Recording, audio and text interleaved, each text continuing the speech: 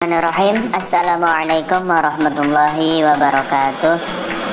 Hamdan wa syukranillah, amma ba'du.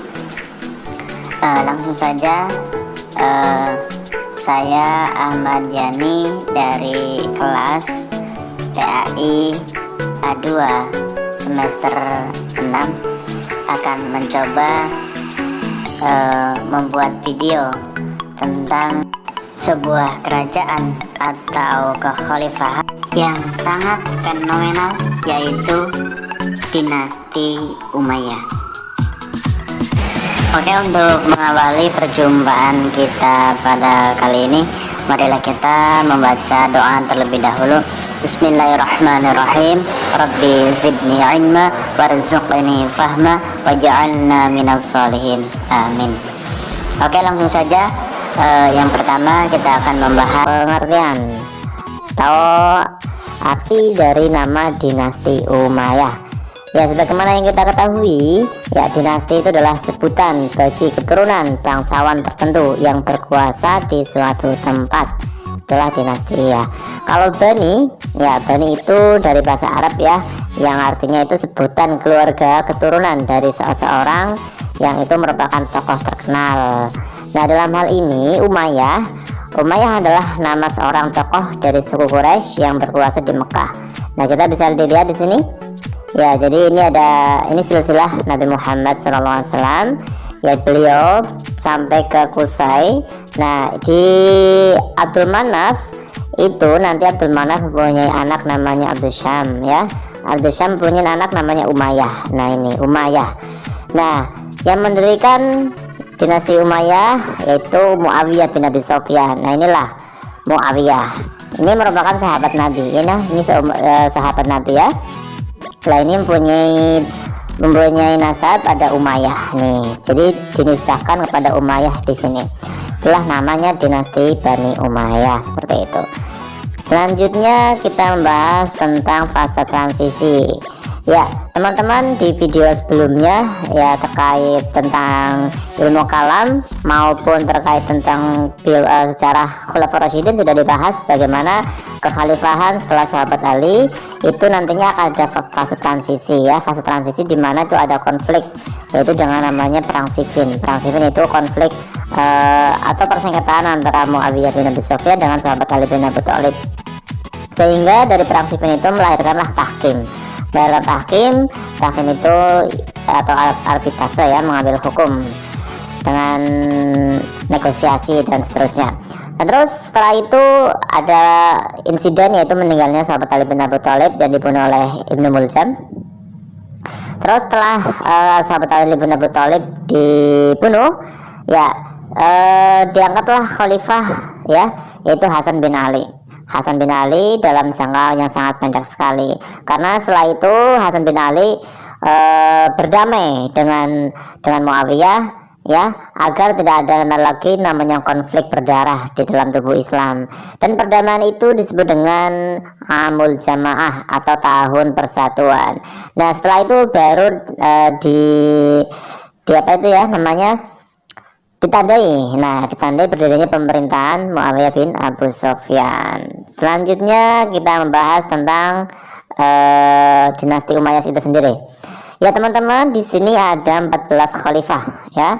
14 khalifah, sebagai pendirinya adalah Muawiyah bin Abu Sufyan atau Muawiyah 1 ya. Terus dilanjutkan oleh anaknya yaitu Yazid bin Muawiyah. Terus dilanjutkan lagi nanti oleh anaknya Yazid sendiri yaitu Muawiyah, dan seterusnya. Ya, kita bisa lihat ini ada 14 ya. Ini kita lihat pohon nasabnya nih, pohon nasabnya. Jadi Umayyah nih ya. Yang pertama adalah Muawiyah dari keturunan Abu Sufyan, lalu dilanjutkan oleh Yazid, Muawiyah, dan dilanjutkan oleh keturunan dari Al-Hakam ya, yaitu Marwan, dan seterusnya sampai yang terakhir adalah Marwan 2. Nah, ini Abdurrahman. Ini adalah kelanjutan nanti di dinasti Umayyah versi Andalusia, yaitu dinasti Umayyah 2. Oke, dari 14 itu bisa dibagi secara garis besar, yaitu ada 3 fase ya, yaitu fase pembentukan, fase kemajuan, dan fase kemunduran. Sedangkan kalau fase pembentukan ya kita tahulah yang mendirikan adalah Muawiyah. Nah, Dari Muawiyah sampai Yazid sampai Marwan bin Hakam ya, sampai Abdul Malik bin Marwan, ini banyak sekali konflik internal ya, karena istilahnya baru pertama kali mendirikan kerajaan sehingga masih penuh dengan gejolak-gejolak ya. Ini di sini masih penuh dengan gejolak sehingga disebut fase pembentukan. Nah, terus fase kemajuannya itu justru di fase ketika Khalifah Al-Walid memimpin ya. Khalifah Al-Walid memimpin karena di Khalifah Al-Walid ini ekspansi wilayah Islam itu sudah sampai ke Andalusia ya. Terus dilanjutkan oleh Sulaiman bin Abdul Malik, dan puncak keemasannya itu ada di Umar bin Abdul Aziz, yang sebagaimana kita ketahui beliau adalah tokoh yang paling terkenal ya dalam dinasti Umayyah, karena beliau adalah salah satunya khalifah yang tidak menginginkan ada namanya pertikaian, sehingga kondisi masyarakat dinasti Umayyah sangat stabil. Dilanjutkan oleh Yazid bin Abdul Malik, dan yang terakhir adalah fase kemajuan pada Khalifah Hisham ya, Khalifah Hisham bin Abdul Malik. Terus selanjutnya adalah fase kemunduran, yaitu fase di mana dinasti Umayyah itu sudah mulai terjadi gejolak lagi, dan gejolak ini tidak bisa dipertahankan lagi eksistensinya, sehingga runtuhlah dinasti Umayyah dengan digantikanlah sebagai dinasti Abbasiyah. Selanjutnya kita membahas tentang kondisi masyarakat Umayyah ya, dinasti Umayyah.